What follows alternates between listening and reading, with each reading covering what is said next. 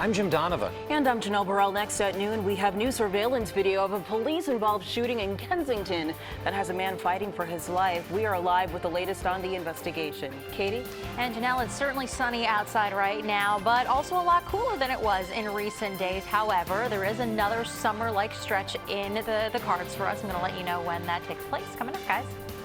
Plus, we're tracking two developing stories. The Pennsylvania primary and the Eagles are back at work in South Philadelphia today. The news at noon starts in 60 seconds. Live from the CBS Broadcast Center in Philadelphia, this is CBS3 Eyewitness News. Well, new at noon, we have surveillance video of a police-involved shooting in Kensington. A police officer in plain clothes shot a man who is now fighting for his life. Good afternoon, everyone. I'm Jim Donovan. And I'm Janelle Burrell. The victim is in critical but stable condition at Temple University Hospital. Our Crystal Cranmore joins us live from police headquarters with the newly released surveillance video. Crystal. Well, good afternoon. Everyone in the Kensington community is just devastated over this. They say the man who was shot was just begging for money. He's a nice guy, frequents the area, and now with this memorial here, they're praying for his recovery. He shot an innocent man because he was begging for a quarter. Surveillance video captures the moment police say a detective in an unmarked car shot an unarmed man around 9 o'clock Monday night. In the video, you see the man walk down G Street near Tioga Street in Kensington. We chose not to show the shooting, but in seconds, a blast of smoke and he's on the ground. The man gets back up before apparently being commanded back down. Authorities say the detective was alone and had just left the scene of another incident. He was stopped at a red light when the man walked up to the officer's door. People who live near G and Tioga Streets in Kensington are outraged after police say a detective in an unmarked car shot an unarmed man around 9 o'clock Monday night. Authorities say the detective was alone and had just left the scene of another incident. He was stopped at a red light when a man walked up to the officer's door. The male approached the car with his arms extended, and apparently the detective thought that he was being carjacked. Investigators say the officer thought the man had a gun and in response discharged his weapon, shattering the car window and hitting the man once in the stomach. Family members identify the shooting victim as 28-year-old Joel Johnson. He was taken into police custody and is now fighting for his life at Temple University Hospital. The investigation now revealing Johnson did not have a weapon. I'm not going to sit here and tell you that, we haven't found one. We don't expect to find one. Relatives say Johnson has a mental disability. My little brother came up to the police car asking for change for a quarter, and he does a sign gesture like this, can he get a quarter? And the officer was on his phone. They said he reacted, he got nervous, pulled out his weapon and just started shooting through the window. He could have shot my granddaughter or my wife. This man lives just feet away from the shooting and saw Johnson gesturing for money. This man is out here every day begging for quarter. We feed him. He's innocent. We look at the totality, look at all the witness statements, see what they're saying, look at the video, how it matches up with the evidence. And Commissioner Ross says that the detective, a 7-year veteran of the force, is currently on desk duty while police determine whether this shooting was justified. Live in Kensington, Crystal Cranmore, CBS3 Eyewitness News. Okay, Crystal, thank you. New at noon, Philadelphia police are looking for a gunman after a shooting in Frankfurt. It happened on the 1200 block of Herbert Street just before 11:30. A 29-year-old man was shot twice by another man on a bicycle. He was taken to Temple Hospital and is in stable condition. And a 26-year-old man is dead following a shooting in Philadelphia's Franklinville neighborhood. Officers finding the victim lying on the 1000 block of West Venango Street just after 12:30 last night. He was struck by multiple gunshots to his head and body. Authorities say they found loose change near that victim. Police are now investigating this as a possible robbery. And the polls are open for the Pennsylvania primary, and by the looks of it, you won't have to wait in line too long to cast your ballot. Eyewitness News reporter Matt Petrillo is live in South Philly with more on voter turnout. Matt. Hey, good afternoon to you. Voting got underway without any major hiccups so far today. Here at the Mummers Museum in South Philly, there's a polling place inside. And while there isn't really a crowd out here right now, we're told so far turnout is pretty good. It was very important to get out and vote today. A steady stream of people filed into the polling place here at the Mummer Museum in South Philadelphia today, some decked out in their election best. But I always wear "We the People" because it's so important. We are the people, it's our government, and this is the way we have a say in our government. Elections Watchdog Group Committee of 70 is tracking real-time turnout based on reports from voters and estimates more than 53,000 people cast ballots by 10 a.m. Compare that to the 250,000 people who turned out for the last mayoral primary in 2015. Well, we're expecting a lot more people, after everybody gets off of work. So about between 4 and 6. Here in Philadelphia, the Democratic primary for mayor is getting most of the attention. Jim Kenney is running for a second term. He voted today at the Painted Bride Arts Center in Center City. He's facing challenges from State Senator Anthony Williams, who voted today here in West Philadelphia. Today is Election Day, Selection Day, Correction Day that we keep saying, and come out and vote and cast their vote in a way that they think helps Philadelphia move forward. Former City Controller Alan Bukovitz is also running for mayor. He voted at St. Thomas Church in the Northeast. Other races include all 17 seats for Philadelphia City Council. 28 Democrats are competing for at-large seats. Voters are also choosing candidates for 2 seats on the Pennsylvania Superior Court.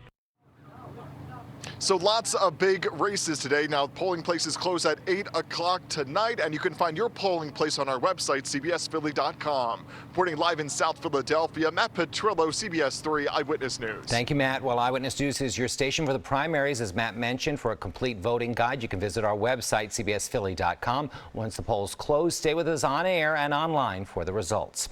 In other news this noon, abortion rights groups are taking to the streets nationwide right now to protest the recent wave of abortion bans. In Philadelphia, activists with Planned Parenthood are raising their voices as part of the Stop the Bans Day of Action.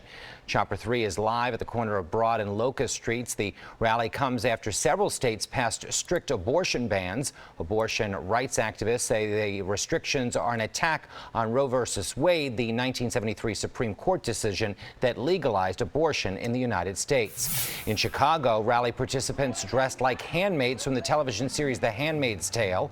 The costumed women marched in silence to Chicago's Federal Plaza. In Kansas City, Missouri, activists held signs and chanted phrases like, "My body, my choice." And now to a traffic alert this noon. The Walnut Street ramp to eastbound I-76 is now closed for the next 25 days. Construction crews are making structural repairs and resurfacing the ramp there. The construction is part of PennDOT's $103.6 million project to rehabilitate the Chestnut Street Bridge and 7 other nearby structures, including this ramp. Head to CBSPhilly.com for all of your detour information. And the birds are back. It's only May, but the Eagles are in South Philadelphia for organized team activities. Our Leslie Van Arsdal is live at the NovaCare Complex. And Leslie, the team is getting some practice in today. Absolutely, and it's very nice to have football back here in South Philadelphia. The OTA's taking place right behind me as we speak, but I know the big question everyone wants to know, how is Carson Wentz? Is he participating? Well, the answer is yes. Now, Doug Pedia met with the media a short time ago, answering all health-related questions dealing with Carson Wentz. He's had a stress fracture in his back since last season. His whole goal was to be ready for OTAs, but you may remember just a week and a half ago, Doug Peterson said he's not sure he'd be ready. Well, that status all changed this morning. Here's Doug. Carson has no limitations. He's been working with the guys all off season, and really looking forward to these next 10 practices with him. Will you hold him back at all? Or No. I'm not going to hold him back. No, he's ready to go, and just like any of our players that have gone through an injury, we're going to continue to monitor them. But as far as he's concerned, there's no limitations on him. And if he wasn't 100%, he would not be out on this field here today. Carson is set to speak with the media around 2 o'clock this afternoon. Of course, we will have that for you on Eyewitness News at 4 o'clock. That's the latest reporting live here from the NovaCare Complex. Leslie Van Arsdal, Eyewitness Sports. All right, looking forward to it. Thank you, Leslie. And coming up on CBS3 Eyewitness News, Tornado Alley is living up to its name. Severe storms with tornadoes and heavy rains pound the southern plains. We'll take a look at the damage. Katie.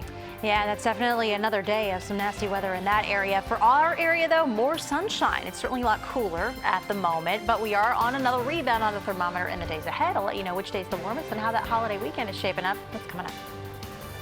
And President Trump rallies in Pennsylvania. Hear his message to voters about Joe Biden. That's when Eyewitness News at noon returns.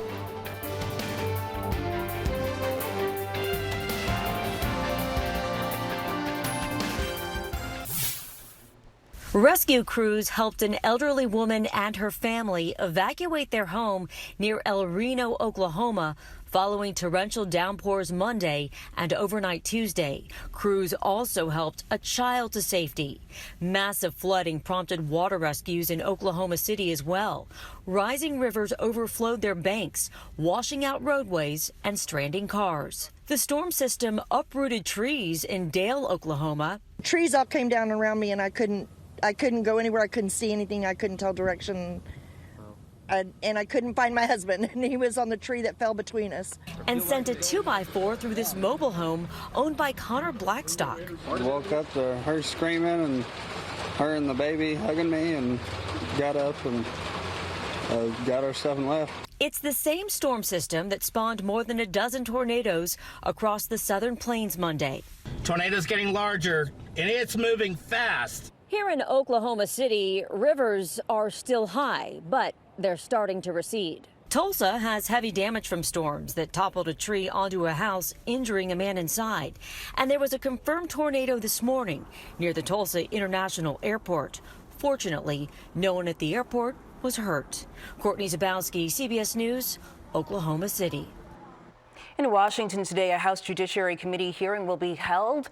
Missing its star witness, President Trump has ordered former White House counsel Don McGahn to ignore Congress's attempt to speak with him.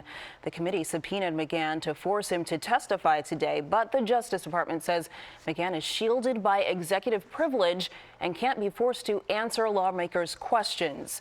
Meanwhile, President Trump made a brief visit to Lycoming County last night to boost his re-election bid and campaign for a GOP congressional candidate. He appeared at a rally in Montoursville to back 12th District Republican Fred Keller. The president also expressed confidence in carrying Pennsylvania again next year and attacked Democratic presidential frontrunner Joe Biden. Biden deserted you. He's not from Pennsylvania. I guess he was born here, but he left you, folks. He left you for another state. Remember that, please. I meant to say that. This guy talks about, oh, I know Scranton, I know that. Well, I know the place is better. He left you for another state, and he didn't take care of you because he didn't take care of your jobs. So far, no comment from the former vice president. Well, her story is grabbing headlines and gaining steam on social media. Was her death a suicide, or was it a homicide? Ellen Greenberg was found stabbed 20 times in her Manayunk apartment back in 2011. 10 of those wounds were to the back of her neck. Still, her death was ultimately ruled a suicide, but the experts don't agree, and now Ellen's parents want her case reopened. Everything we're doing is for her. Her death has left a hole in our life. The term we use is justice for Ellen.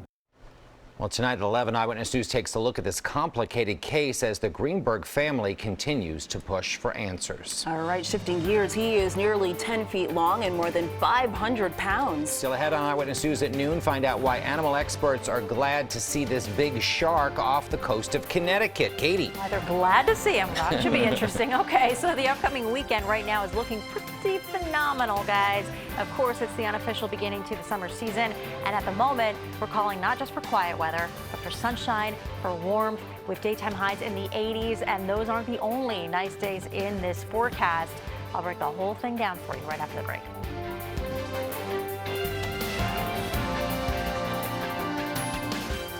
All right, well, the weather today, gorgeous. Yes. Pretty nice. Yeah, so there's a little bit of a breeze, granted, but that was making Leslie's shot out at the Novocaine Complex just extra Victoria's Secret. Right? Beyonce fan, right? Yeah, exactly. So a little breezy, granted, but that's like the only fly in the proverbial ointment on this one. I mean, otherwise you've got the sun. It's comfortable outside, low humidity, because I know that's not everybody's jam, Jim. Yes, thank you very much. But it is going to creep back up on us eventually, although today is a nice day and certainly feeling a lot more like spring. So back into the sunshine. It's going to last us for a while, in fact, because we do have basically a 2-day stretch without any wet weather until a warm front comes along, and we'll get to all of that. But let's just get you outside first. We'll start things off with actually a really nice wide zoom. All right, so are you good at telling jokes and cracking up a room? If so, a new contest from Cracker Barrel may be just for you. Well, the restaurant chain is giving away this limited edition pool float modeled after their new fried chicken. You can win it by coming up with your best fried chicken-inspired saying or pun. You can check out the Cracker Barrel website for details, but don't let the others cross the road before you do. Contest ends on June 21st. Katie, that's right up your alley. It is up my alley. Got to work on that one. But we were saying, like, that's a lot of effort for a pool chicken float. Pool floaty, yeah. Amazon's pretty easy way to go. Okay, so let me give you a recap. I mean, I feel like you're going to be busting out the pool floats in the next couple of days here, especially for the holiday weekend. This is a good-looking forecast, and I'm happy to bring it to you. It's nice to bring good news. Just a couple of showers overnight Wednesday into Thursday from a warm front passage. Friday looks just awesome as we kick off our Summerfest series. The weekend, though, low, mid-80s in the holiday. Other than a scattered shower right now, looks good too, guys. You can handle it. Thank you, Katie. That's Eyewitness News for today at noon. I'm Jim Donovan. And I'm Janelle Burrell for Katie and all of us here. Thank you for watching. Eyewitness News continues at 4. We're always online at CBS3Philly.com. The Young and the Restless is coming up next.